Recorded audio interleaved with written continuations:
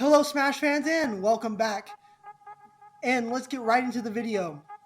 First up, in the first trade I want to talk about the Lakers trade for Buddy Hield. Now, this trade would include DeAndre Jordan, Kent Bazemore, Kendrick Nunn, Taylor Horton Tucker, and a future first of some sort for Buddy Hield and Metu. Now, this is basically the Lakers getting the best of both worlds. As we all know, in the offseason, they were trying to trade for both Buddy Hield and Russell Westbrook and went with Russell Westbrook. But now they're able to get both.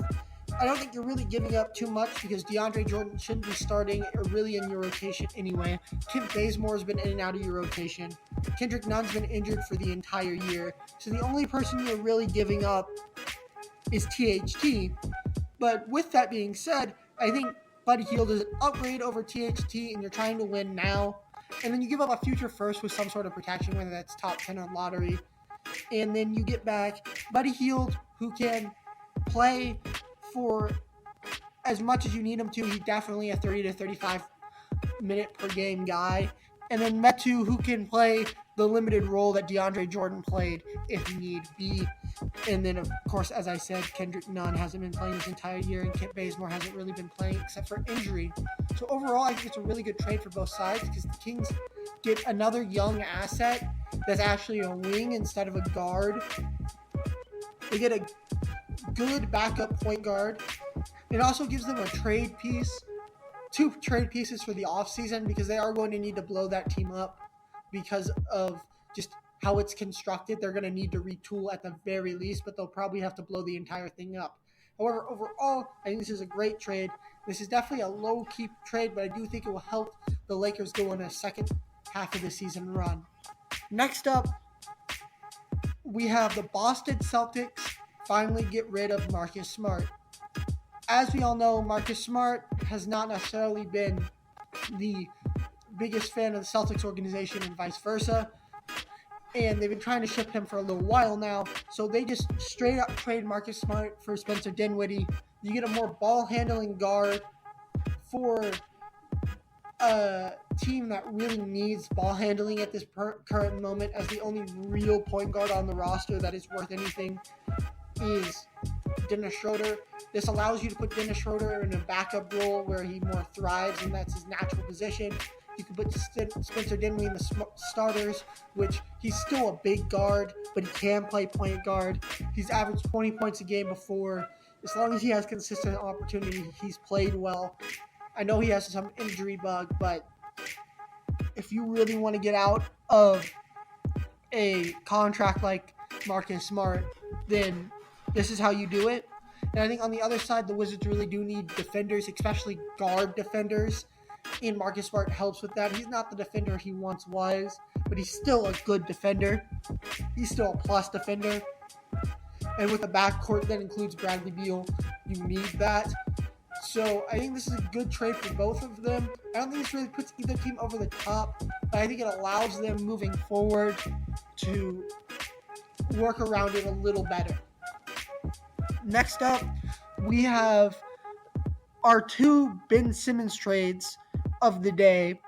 The first one is a Ben Simmons trade for Damian Lillard. Now, unlike earlier iterations of this trade, the Sixers definitely have to give up more. In reality, this would probably be a 3-team trade, but that includes Tobias Harris, and the Sixers would have to be giving some stuff up there as well, and then it creates a little bit more of an attractive package. But I think if you're the Blazers, I would still do a Ben Simmons, Shake Melton, Matisse Thybulle, and 3 first-round picks. I think that's a great haul for Damian Lillard. I think that's a good haul, especially because he's injured. He'll only come back for the playoffs. It looks like he was not his former self this year. You get a young player who hopefully you can still mold. Shake Melton, who's a really good player off the bench.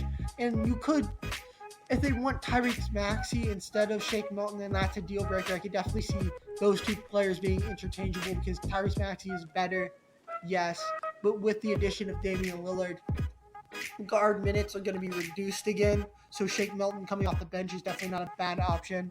And then Matisse Thybulle is a really good young defender, which is something the Blazers need to use moving forward, and they need good guard defenders moving forward, especially if they are planning on keeping CJ McCollum. So I think this is a good trade for both teams overall, and I think this is something the 76ers really need to do, unless the 76ers are able to get a Kyrie for Ben Simmons trade. Now, this trade involves a few different pieces. Obviously, there is the Kyrie aspect of it and the Ben Simmons aspect of it, and those are the two main components. However, with that being said, it doesn't change the fact that the 76ers need scoring and need it very badly, and that's what Kyrie Irving provides. That team is already really good defensively, and Ben Simmons for Kyrie Irving makes sense. For the Nets side, the Nets need defense. James Harden can still play the 1, and you can slide Ben Simmons to play the 4. Ben Simmons can do that. I think that's his more natural position, is the 4. You can put him in the dunker spot then, have him run some small ball 5. I think that's stuff Ben Simmons can do. Challenge Ben Simmons. Have him be in a different role. And I think that's what the Nets can provide. Of course, the 76ers would have to give up a few first-round picks in this deal. I don't think they'd have to give up a player, but if they did, I would think it would be Tyrese Maxey or Matisse Thybulle, depending on if they wanted more offense or defense from this trade. Either way, I think this is definitely something the Nets need to do, because Kyrie Irving not being there for more than half a series is very detrimental to your team, especially when you're trying to go, especially when the East is this year tougher than the West. It's really detrimental to have an offensive superstar miss so much time. With that all being said, those are the 4 trades I have that I think should absolutely happen this offseason.